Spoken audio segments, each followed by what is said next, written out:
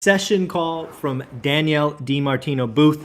Folks, if you don't know who she is someone that I follow and a well-known Fed follower. She wrote a great book. I think it's called, actually I forget what it's called. Something like Fed Up or something like that. But anyways, Danielle DiMartino Booth is out telling everybody that the recession will be backdated to October 2023. I want to first congratulate her for making that call. If you watch this channel, you know that I really appreciate it when people go out early.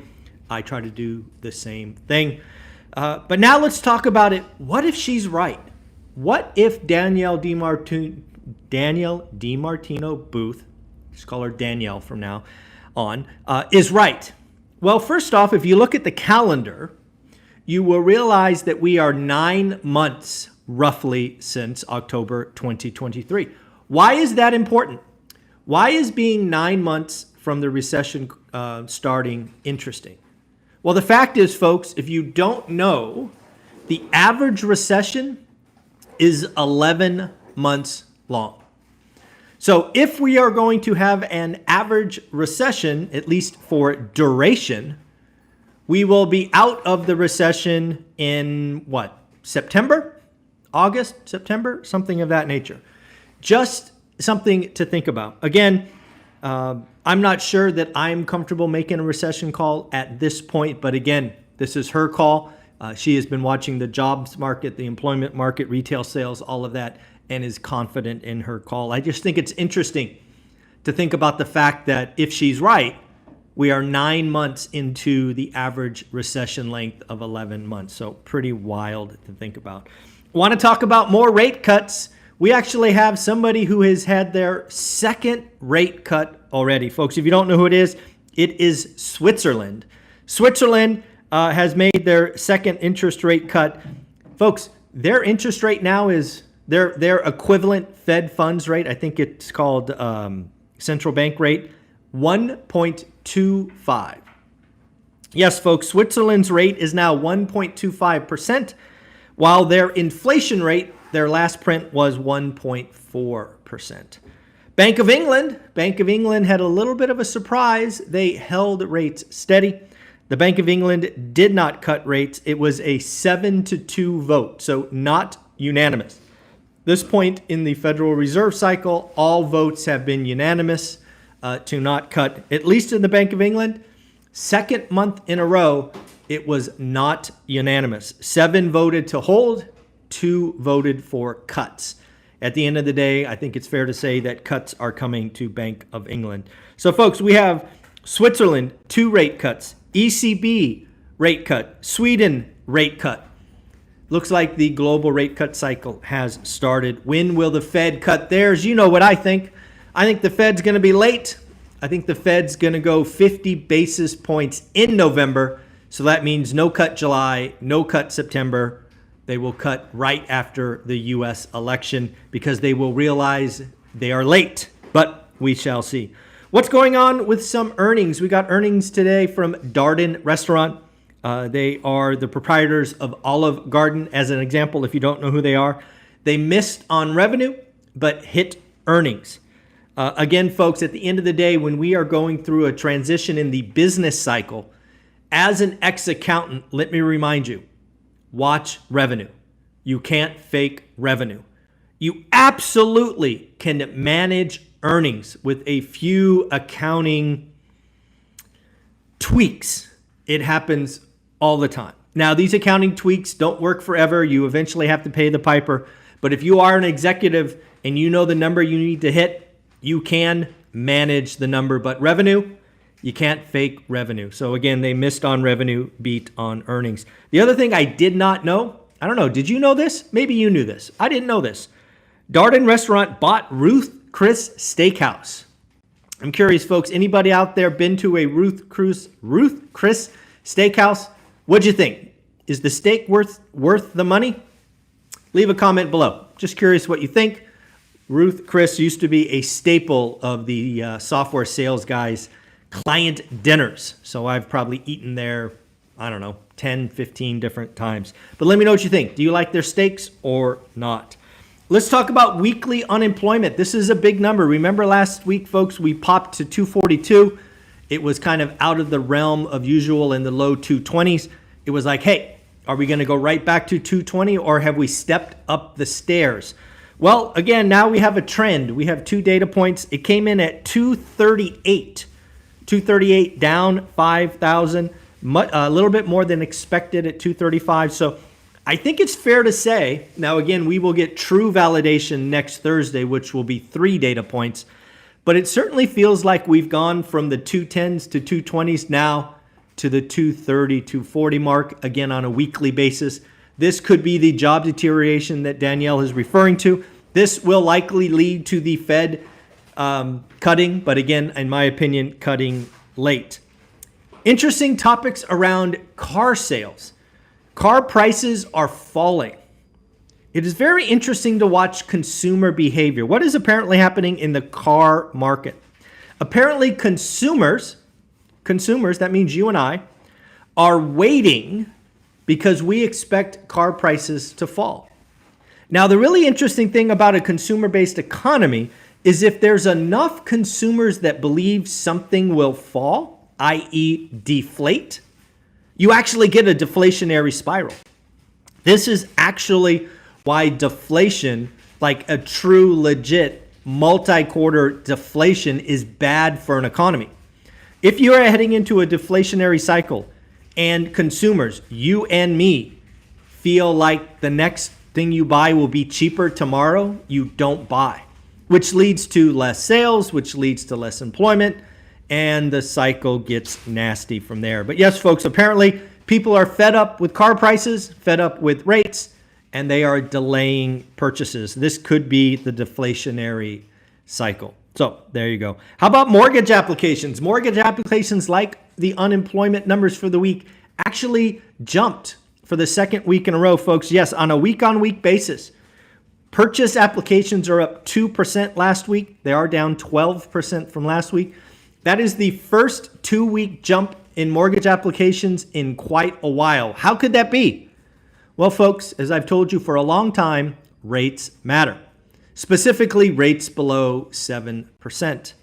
I do want to give a shout out. I think it was JP Morgan. JP Morgan put out an article. I think it was highlighted by either Housing Wire or Resi Club. I apologize. I read a lot of stuff.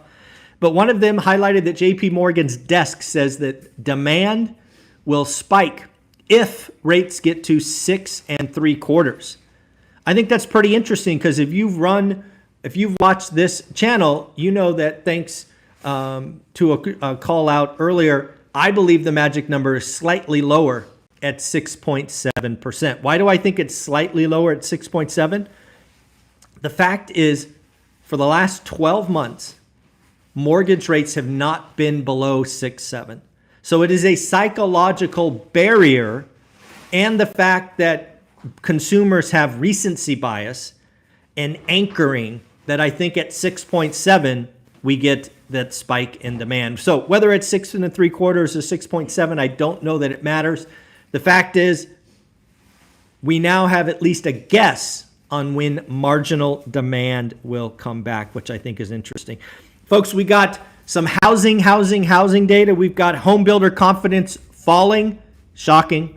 Again, rates are up from this month versus last. It went down to a 43 from 45. Again, those numbers should mean nothing to you. The magic number is 50.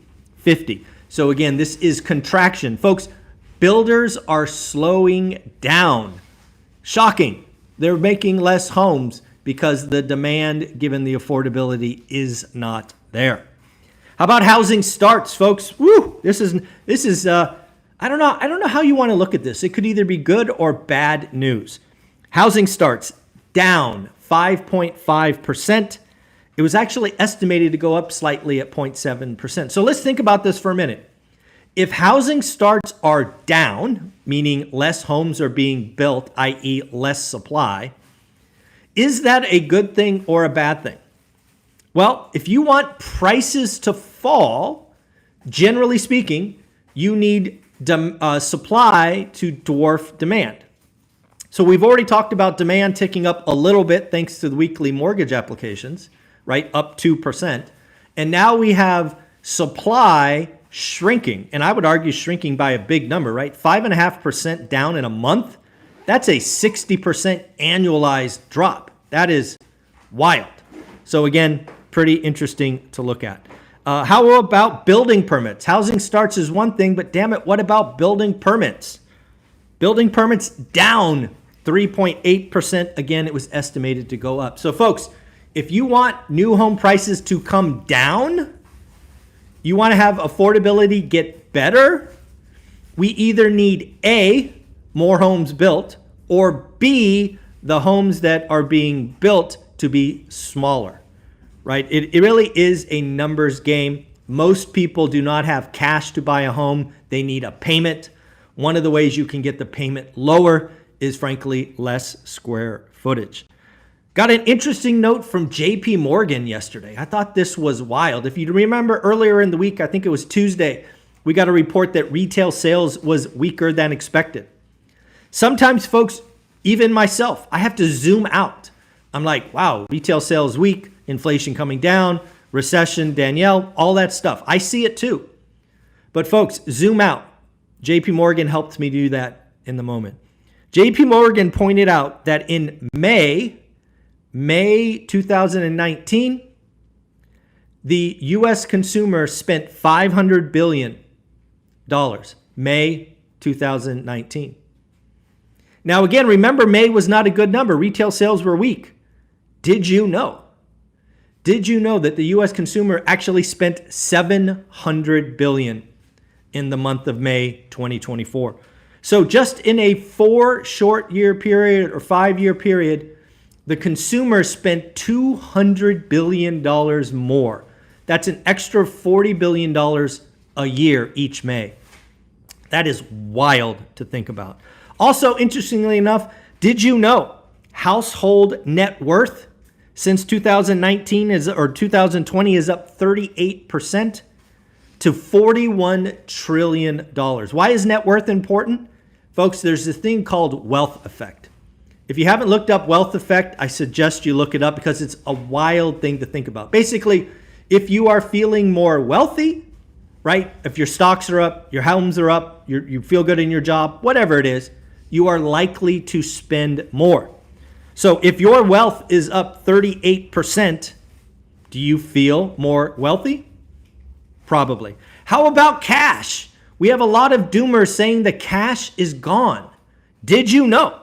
Since 2020, cash in checking, savings, money market, just those three, cash is up $5.5 trillion. Yeah, the cash balance. You can't fake cash. You can talk about paper gains and net worth nonsense all you like, but cash, checking, savings, money market is up $5.5 trillion. How can that be? Well, folks, the freaking federal government threw $8 trillion into the economy. That money's got to go somewhere. And right now, a good portion of that is sitting in cash. It's wild to think about, right? $5.5 trillion? Dude, I remember when a billion was a lot. Now we're talking trillions. This is wild to think about. So again, what else do we got? Oh, let's talk about housing. Let's do this last thing. We obviously, more and more people want to talk about the election. They want to talk about this or that. When you think about housing, I think there's two general things that we need to think about. One, are you trying to spark demand? Or two, are you trying to create supply? I think that's what it's really going to boil down to. I think the two people running for the presidency this election cycle, I believe one of them is focused on demand. Hey, let me give you $10,000 of free money. Hey, let me give you $400 a month. Hey, let me give you more stuff. Let me give you some free money. Let me buy your votes. That's all demand. Then we have another who may, I haven't seen any proposals. He may go the demand route, possibly, but he also might go after supply. And as an economist, as somebody who's been in the real estate game for 20 plus years and the economy for 30 years, trust me when I say we need supply. We need specifically entry-level housing. Let's not call it anything it isn't. We have a dearth of entry-level housing. Home builders have been building McMansions for far too long to help the rich get a nicer home. We need builders. We need incentive. We need to deregulate. We need to do whatever the hell we can to build entry-level housing. There, I said it. I don't care who wins, but somebody needs to fix supply. And please stop giving people free money. It is not free. Free money, if you have not learned anything, leads to inflation. And we have had enough of that nonsense. So folks, at the end of the day, I hope you have an amazing day. Remember, if you are in school, you have a true treat. One Rental at a Time is bringing you the Lumberjack Landlord at 6 o'clock Pacific, 9 o'clock Eastern. Just go to the school community, look at the schedule or calendar. There will be a Zoom. You get to ask questions. Why is that cool? Because the Lumberjack is a hands-on remodel, hands-on landlord. You are going to get the treat to ask questions. Some folks use property managers like myself, and our job is to manage the property manager. Others do self-management, and you are going to get the opportunity to ask questions. Again, folks, join the school community where we are now 153 strong in 3 short weeks. Come join the community, come interact, talk about deals, network, ask questions. Be in a community of positive people. You want to be there. All right, folks, take care. Have fun. Later.